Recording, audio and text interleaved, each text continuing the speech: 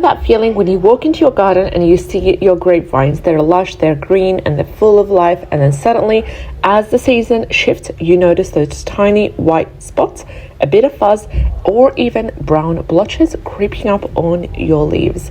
And this was made just a few weeks before the cold set here in Melbourne. I thought I was too late to do anything, but what I learned changed how I care for my vines every single year. And in today's video, I'll share with you my own experience battling late season fungal issues on the grapevine, the exact treatments I used, and what I wish I'd done earlier. Because waiting too long, that can mean losing your vines next spring before they even wake up.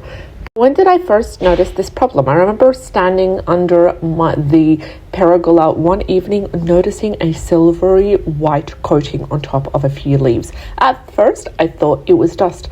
Then I noticed the smell. It was slightly musty. That's when it hit me. Powdery mildew. Oh no.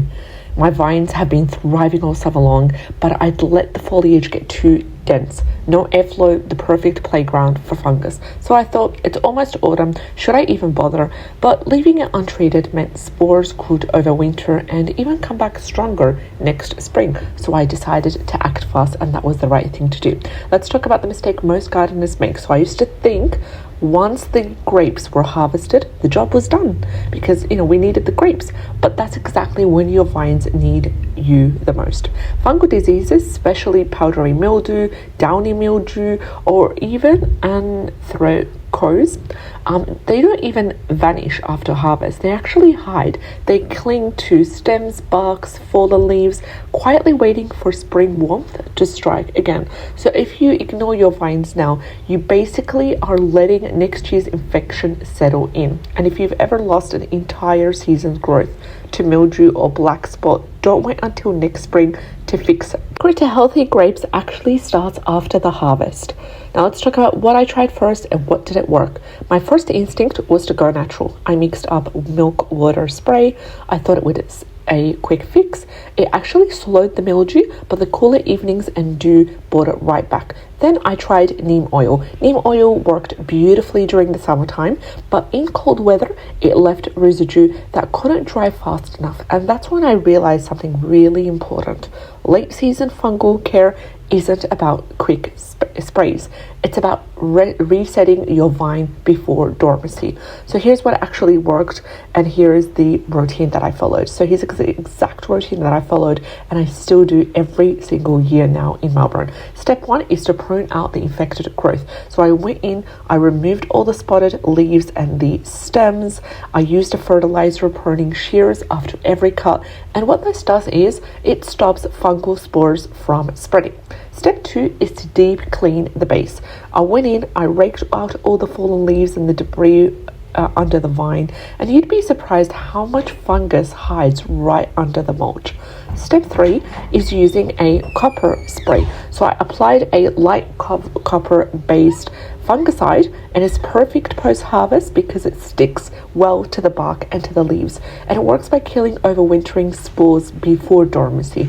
Step 4 is to improve airflow, and I went in, I thinned out crowded canes, tied them loosely for ventilation because no air will result in mildew haven. So let's talk about step 5, which is the last step, and this is really important. It is to let the vine rest. So after spraying, I left the vine in full sun for a few hours. No watering on the leaves, just at the base. Within 2 weeks, the spread stopped completely. So here's the tip here. If your vine still has green leaves, you can still treat it.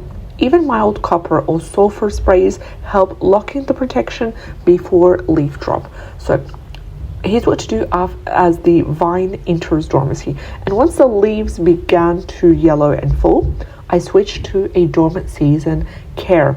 I went in, I pruned all the infected canes back to healthy wood, and I applied a lime sulfur spray on bare branches as well as the trunk.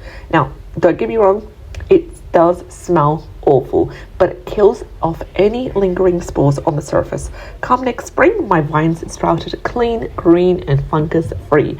And I learned that late season care isn't about perfection, it's about prevention. Skipping this step could mean starting your next growing season already infected, and that's a heartbreak no gardener wants. So here is the lessons that I learned, as well as the seasonal cheat sheet that I have for you. I started keeping a seasonal vine checklist, and it changed absolutely everything. So during spring, the focus was to prevent mildew early, and my favorite remedy for that is using a sulfur spray every 2 to 3 weeks.